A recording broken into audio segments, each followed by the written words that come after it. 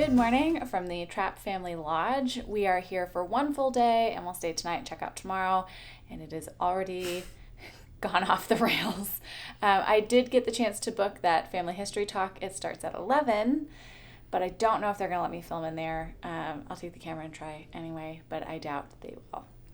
I also have a callback for an audition I did before we left for this trip, so I actually am kind of stuck waiting till like the middle of the day to do another little like meeting with the director and stuff. So that kind of threw off the plans, but we're hoping that in the time between when the talk ends and the callback starts, or maybe after the callback, we'll be able to hike up to the chapel that the family built. And then there's also a meadow where I know Baron von Trapp is buried. I'm not sure who else is buried on the grounds, but I'd really like to go check that out. So hopefully we're going to get to squeeze that in. And then we have dinner reservations that I just remembered at 7:30 in the main dining hall. So that's kind of what's on the agenda for the day. We'll see how it pans out. Just a heads up, if you want to book the like all the history talks or the walks or guided tours around the property, you mainly do that in the gift shop, which I think they totally do on purpose so that you'll buy things, which I totally did. A small stack of books. Just a couple of books. she has a problem. It's a book problem. It's a minor addiction, but it's a good one.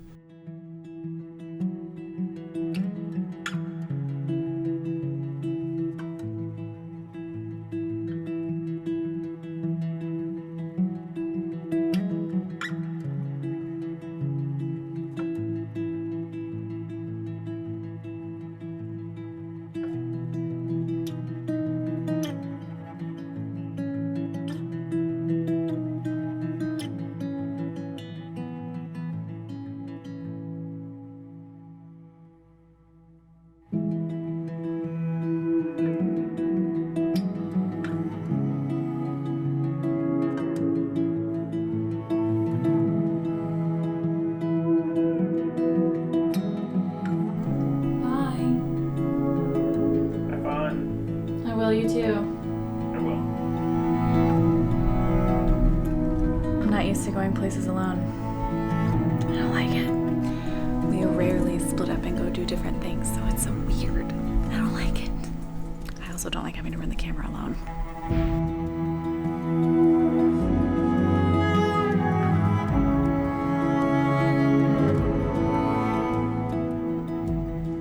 Okay, I just got back from the Trapp Family History Talk. I learned so much. I'm going to try to spout off a bunch of facts for you guys. If you're not interested in the history of the Von Trapp family, skip ahead a couple of minutes at least, because here we go. Captain Von Trapp was a captain in the Navy when the Austro-Hungarian Empire was still a thing. He fought in World War I, which is where he got his Baron title, because he was one of the first submarine people, or like U-boat captains, and he did an incredible job. And so they congratulated him. He sank a warship. That's what he sank this big French warship that was like the biggest of their fleet, and so as a reward he was given the title of Baron. The Von in their name, Von Trapp, was a title bestowed on them by his father or grandfather. It was another naval officer, and this big storm came and sank all these ships, but he kept his ship afloat with his quick thinking and rallying of his crew, and so he was rewarded with the Von, and then Captain Von Trapp got the Baron part. The family was very wealthy, and a lot of that came from his first wife, Agatha. She was an English woman who came from a very good family, the Whitehead family. Her grandfather developed the torpedo, so that's kind of where they got a lot of their wealth. So it wasn't so much that he was a baron, which is why they had a lot of money. It was really her family brought in a lot of money as well. They had 7 children together. And then she passed away in 1922. She died of scarlet fever, and they also lost the 8th baby that she was carrying when she got sick. So I guess 4 years later, one of the other daughters got sick and they had to pull her out of school. Baron von Trapp was worried that she was going to fall behind, so he went to the local abbey and asked if one of the nuns could come and tutor her. True to movie form, Maria was a problem nun. She constantly got into trouble, and the nuns there saw it as an opportunity to get rid of her for a little bit and have some peace and quiet. So normally they would have sent her for 2 months, but they decided to send her for a year and have a year of peace and quiet while she was gone. So that part of the movie is true. When she got there, she didn't know there were 7 children. She thought there was only 1 child that needed tutoring. And also true to movie form, Baron von Trapp did have the whistle, and he had different tunes for all of his children. And I can't remember which child they interviewed later, but she said that she wanted people to know that they portrayed their father very harshly in the movie, that he was more of a cold person in the movie than he was in real life. And she said they did use the whistle, but it wasn't so much as to keep everyone in line. It's because the estate was so big that it was just easier to use the whistle call. You could hear it for so far. And if you heard your particular tune, you knew that you were needed. And so you'd go to the house. But that is also true. Maria did not like that when she got there. She immediately decided that, no, we shouldn't do that. But she did stay for a year, and the children absolutely fell in love with her. Something else that they don't go into in the movie is that Maria was an orphan. Her parents died when she was 6 or 7. Then she lived with an uncle for a while. When he met financial hardships, he sent her to an orphanage, and she said that she did not have a very easy childhood, and she was not loved very much, and she was worried on how she was going to love all of these children who needed a mom.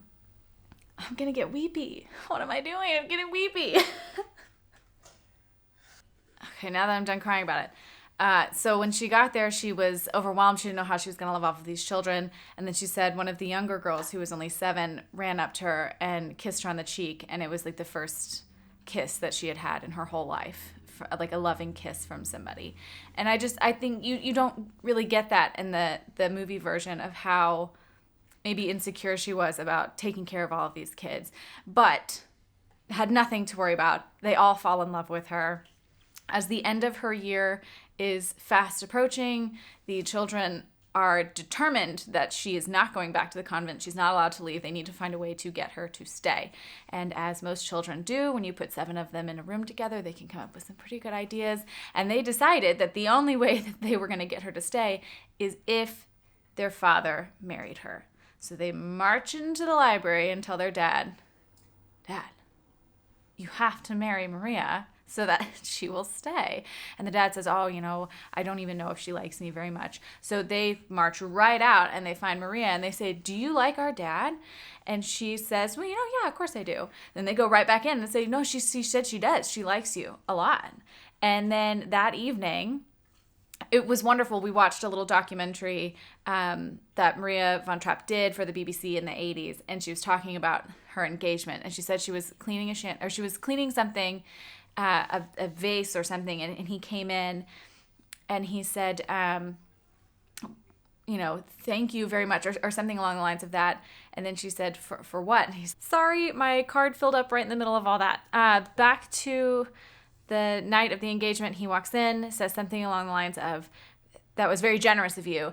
And she said, what was? And he said, for agreeing to marry me, aren't we engaged? And she dropped the vase and shattered it, a very expensive vase. And then she ran out of the house and right up to the abbey and asked the nuns up there, like, what do I do? I'm supposed to come back to this convent. I'm supposed to be a nun. Now he's asking me to marry him. I don't know what I'm supposed to do. The other nuns go and pray about it. They come back and tell her, we think it's God's will that you marry him. If he wants to marry you and you want to marry him, like, we think that's what you should do. So she sneaks slowly back to the house, is hoping that everyone will be asleep so that she does not have to deal with this right now. But lo and behold, Baron von Trapp is awake and he's standing in the great hall when she enters, and he just says, and she bursts into tears and she starts sobbing and she says, they told me I have to marry you. And then they were engaged, but they did love each other very much. They got married in 1927, And a few years later, the Great Depression hits. It starts to affect Austria a couple years after that in the early 30s. As I said earlier, Baron von Trapp has a lot of money. Most of that is from his previous wife who'd passed away. And as the small banks in Salzburg are failing, he says, I can help you. I can fix this. So he pulls all of his money out of the London banks and he puts it into the small banks in Salzburg. And overnight, he loses practically all of his fortune. So the von Trapp family goes from being very well off to just owning the villa that they live in and kind of maintaining their day-to-day life, scraping by. So they start renting out their rooms in the villa to bring in some extra income. And one person that comes to stay is a priest. And while he's there, he does mass for them. And for him, as return, they sing for him. They're just, as Maria said in the documentary, she said, we weren't professionals. We were just a family who loved to sing together.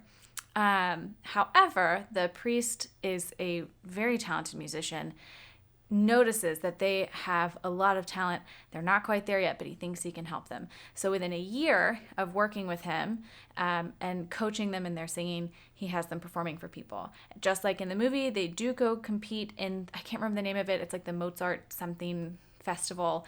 They go, that's the first thing they've ever competed in, and they win first prize. So that is kind of accurate to the movie. That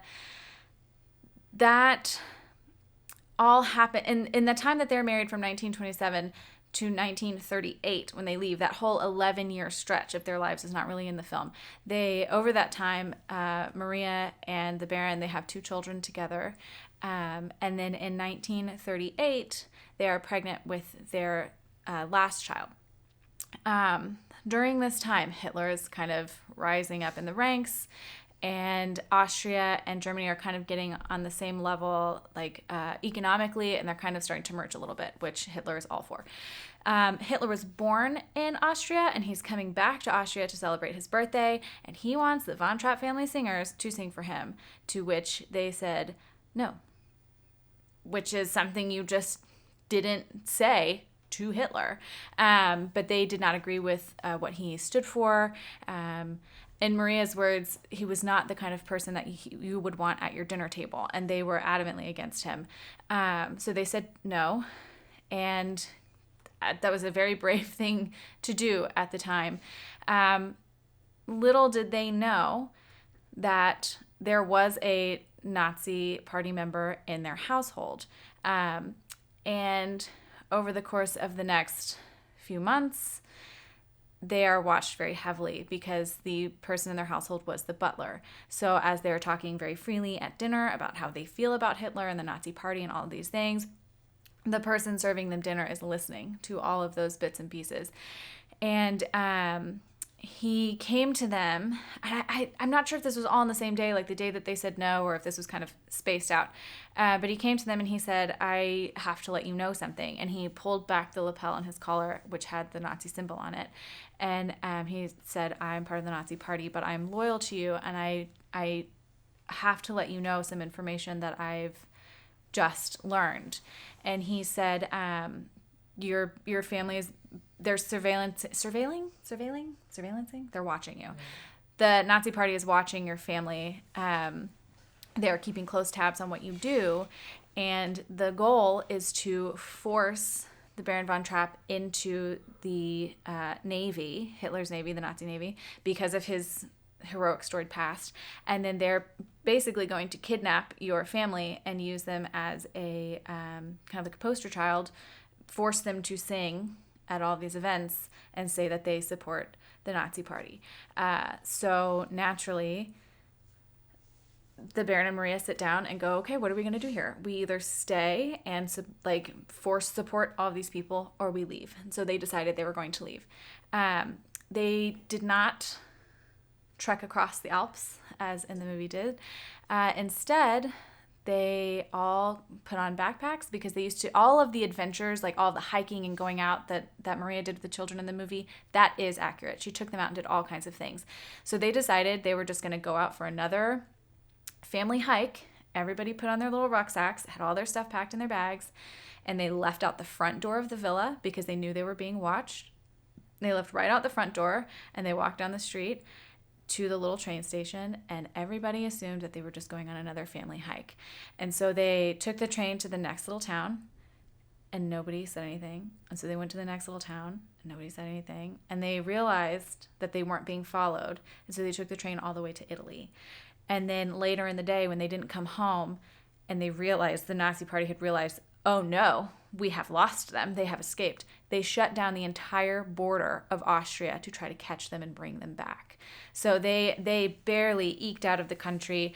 They came to America because there was a fellow here who had been trying to get them to come tour in the United States to sing.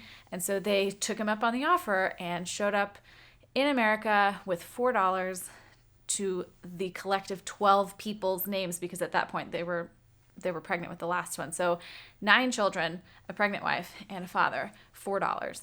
But they got here. They stayed for 6 months. That was as long as their visa allowed. They did some touring. Then they had to go back to Europe for a little while to get their visas renewed. And then they came back to the United States. And they lived in Philadelphia for quite a while.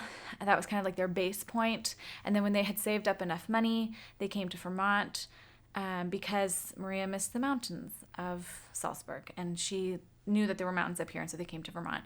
They originally were going to buy a farm in South Vermont, but then they came up to Stowe on a little vacation. A farmer sought them out and was like, you have to see my farm.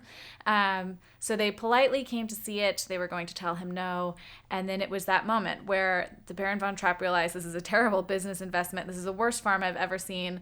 But Maria's face at seeing the mountains, and he knew, this is the farm that we're buying. She's in love with it, and I can't talk her out of it. So they bought the farm here in Stowe. They originally bought 300 acres. I think the following year they bought another 300.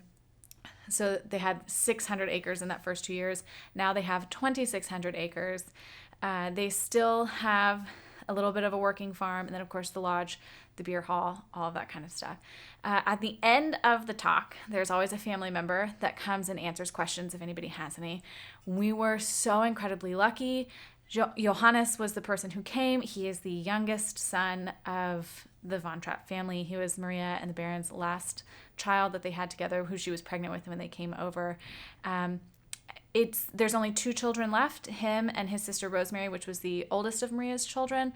Rosemary is 92. She lives in Stowe Village, still gets out and trucks around every day.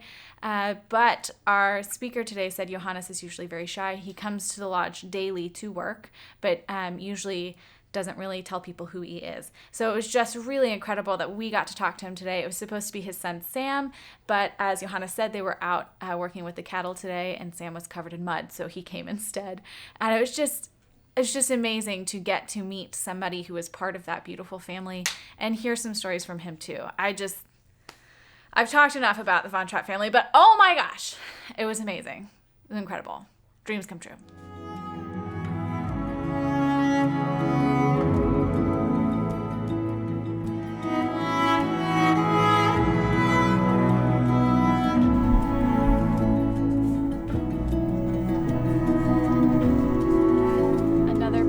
History talk that we got to do was come out and see the cemetery where some of the family members are buried.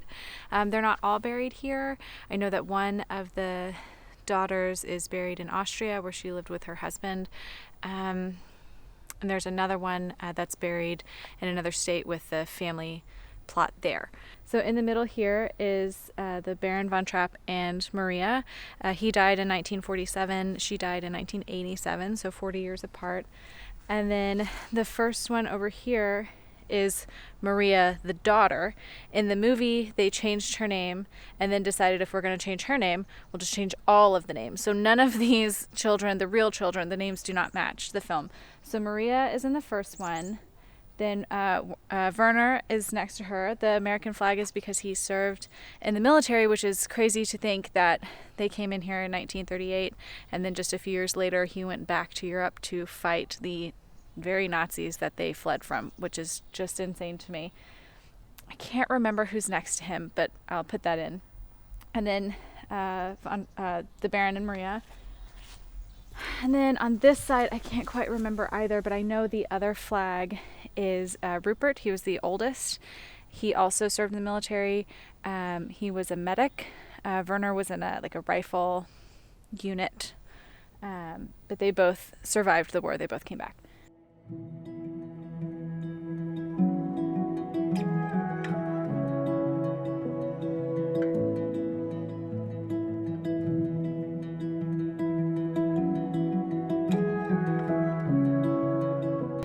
We are now going to walk up to the chapel. I think it's like, somebody said 20-minute walk, mile-ish, I don't know. We're going to walk up and find the chapel, and when we get there, I'll tell you a little bit more about it. Also, look at this apple tree. So beautiful. All those apples.